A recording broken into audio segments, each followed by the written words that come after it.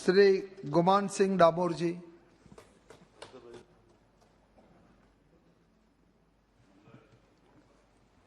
धन्यवाद सभापति महोदय।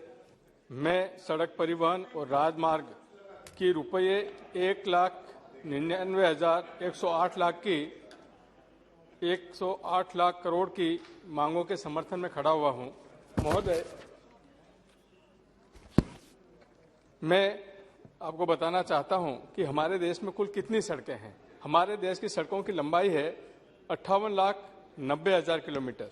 अगर हम इस पृथ्वी की ओर चारों ओर घुमाएं तो करीब करीब 147 चक्कर हम पृथ्वी के लगा सकते हैं, और अगर पृथ्वी से चंद्रमा को अगर हम जोड़ें तो ऐसी 15 सड़कें हम बना सकते हैं। इतनी हमारी देश की सड़कों की लंबाई है, और इसका अगर श्रेय जाता है तो हमारे देश के यशस्वी प्रधानमंत्री परम आदरणीय मोदी जी को, और हमारे सड़क परिवहन और राष्ट्रीय राजमार्ग के मंत्रालय के हमारे सम्माननीय मंत्री जी गडकरी जी, हमारे सिंह साहब और सभी मंत्रालय के अधिकारी और हमारे इंजीनियरों को जाता है।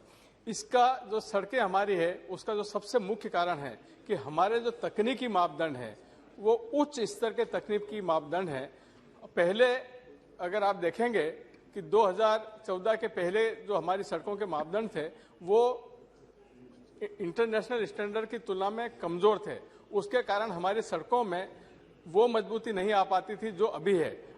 पहले सड़कों में पाइपिंग एक्शन बनने के कारण सड़कें हमारी खराब हो जाती थी, परंतु अब हमारी सड़कों में जो निर्माण होता है उसमें सीमेंट ट्रेटेड सब बेस बनता है, उसमें WM बनता है, उसमें DBM बनता है, बिटुमिन कंक्रीट सरफेस बनती है। इसके कारण आज हमारी सड़कें विश्व स्तरीय सड़कें हैं, और इसका मुख्य कारण है हमारे देश के यशस्वी प्रधानमंत्री परम आदरणीय मोदी जी के मन की बात को हमारे मंत्रालय द्वारा समझना।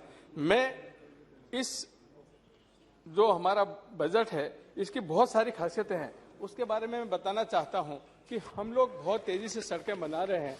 2004-05 की बात करें तो 7 किलोमीटर प्रतिदिन की सड़क की रफ्तार थी।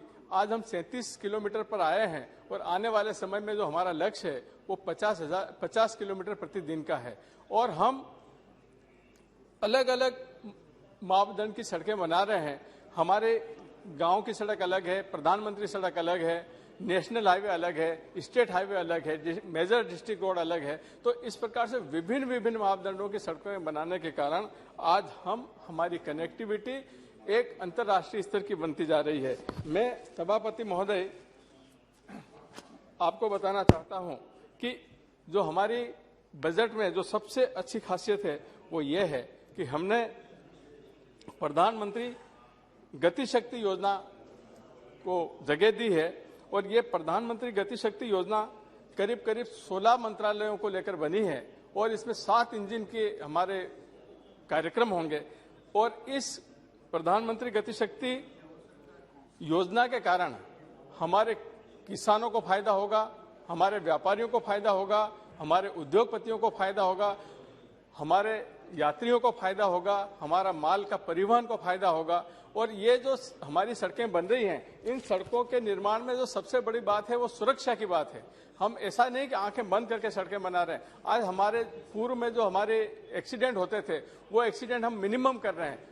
पूरे देश में ब्लैक स्पॉट्स को आइडेंटिफाई करके जो रोड सेफ्टी के लिए हमारा अलग एक विंग काम कर रहा है, और उसके कारण हम कई लोगों की जान बचाने में सफल हो रहे हैं।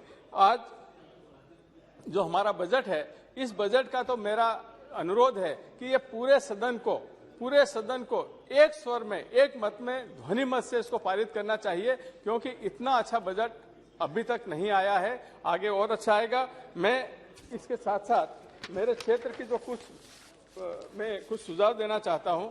मेरा सुझाव ये है कि हमारे जितने जिला मुख्यालय हैं, हमको जिला मुख्यालयों को 4 लेन से अनिवार्य रूप से जोड़ना चाहिए।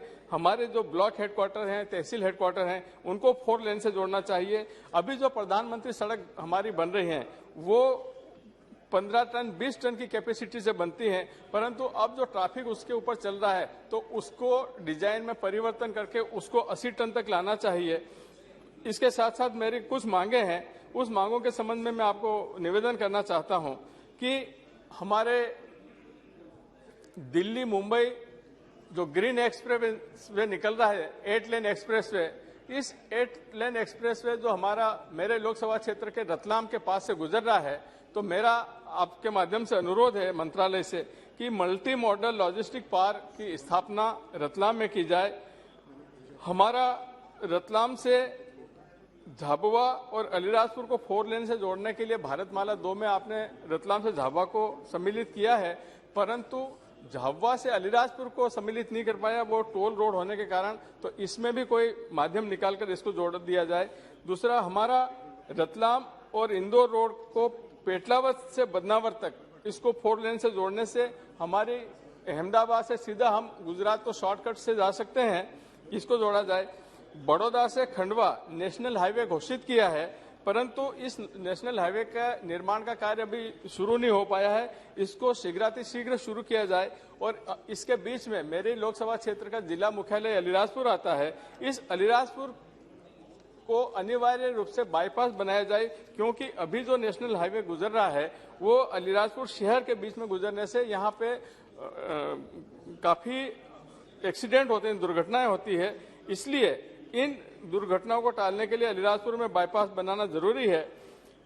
मेरे लोकसभा क्षेत्र झाबुआ से बांसवाड़ा को जोड़ने वाला मार्ग जो है वो 4 लेन नहीं है, तो झाबुआ से थांदला, कुशलगढ़ और बांसवाड़ा को जोड़ने के लिए 4 लेन रोड बनाने की मैं मांग करता हूं। मेरा लोकसभा क्षेत्र जनजाति बाहुल क्षेत्र है और हमारे यहाँ जो विलेज की रचना है, इन विलेजों में बहुत सारे हैबिटेशंस बने हैं, छोटे छोटे हैबिटेशंस, और मुख्य गांव से एक दूसरे हैबिटेशंस की दूरी, जिनको वहाँ फालिया बोलते हैं, वो फालिया की दूरी 10-10, 15-15 किलोमीटर है। ऐसे लंबे जंगल के क्षेत्र में है, तो जो इन विलेज रोड बनना चाहिए वो रोड नहीं बनी है, तो इन विलेज रोड बनने को प्राथमिकता दी जाए। एक हमारा जो नेशनल हाईवे नंबर 47 है, वो गुजरात की सीमा से मध्य प्रदेश की सीमा में जब आते हैं तो उसका लंबे समय से संधारण नहीं हुआ है, और इसके संधारण का भी प्रस्ताव हमारे यहाँ मुख्यालय पे आया हुआ है। तो मैं आपके माध्यम से मांग करता हूं कि ये संधारण का जो प्रस्ताव है इसको स्वीकृत करें, ताकि उस नेशनल हाईवे नंबर 47 का पिटोल से हमारे माछलिया तक जो अभी उखड़ गया है, इसका संधारण हो सके। मैं इन मांगों का समर्थन करते हुए आपको धन्यवाद देता हूं। नमस्कार। बहुत बहुत धन्यवाद।